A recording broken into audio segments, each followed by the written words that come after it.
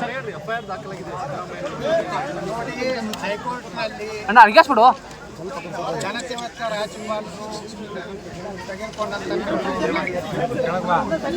ಇವತ್ತು ನ್ಯಾಯಾಂಗ ವ್ಯವಸ್ಥೆಯಲ್ಲಿ ಅವರಿಗೆ ಏನೋ ನಿರ್ದೇಶನ ಕೊಡಬೇಕು ಅನ್ನೋದು ಕೊಟ್ಟಿದ್ದಾರೆ.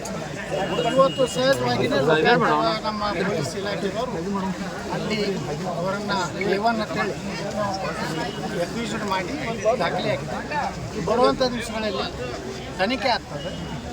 ಆದರೆ ಈ ತನಿಖೆ ಮುಕ್ತವಾಗಿ ಕೈ ಮುಖ ತಲೆ ಯಾವುದೇ ರೀತಿ ಒತ್ತಡಕ್ಕೂ ಮನೆ ಆಗಬೇಕಾದ್ರೆ ಸಿದ್ದರಾಮಯ್ಯನವರು ರಾಜ್ಯ ನನಗನ್ನಿಸ್ತದೆ ಸಿದ್ದರಾಮಯ್ಯನವರಿಗೆ ಒಬ್ಬ ಒಳ್ಳೆಯ ಹಿತಚಿಂತಕನಾಗಿ ನಾವು ಹೇಳೋದಂದರೆ ಗೌರವಯುತವಾಗಿ ರಾಜೀನಾಮೆ ಮತ್ತು ನ್ಯಾಯಾಲಯ ತೀರ್ಪು ಕೊಟ್ಟ ಮೇಲೆ ಈ ರಾಜ್ಯದ ಜನ ನಿಮ್ಮನ್ನು ಒಪ್ಕೊಂಡ್ರೆ ನೀವು ಮತ್ತೆ ಮುಖ್ಯಮಂತ್ರಿ ಆಗಿ ಅದ್ರ ಬಿಟ್ಟು ಉಳುಕಿದ ಚಿಲ್ಲರೆ ರಾಜಕಾರಣ ನೀವು ಮಾಡುವಂಥದ್ದು ನಿಮ್ಮ ಸುತ್ತಮುತ್ತಲಿನ ಪಟಾಲಮ್ಮೆ ನಿಮ್ಮ ತಪ್ಪು ಸಲಹೆಗಳನ್ನು ಕೊಡ್ತಾ ಇದ್ದಾರೆ.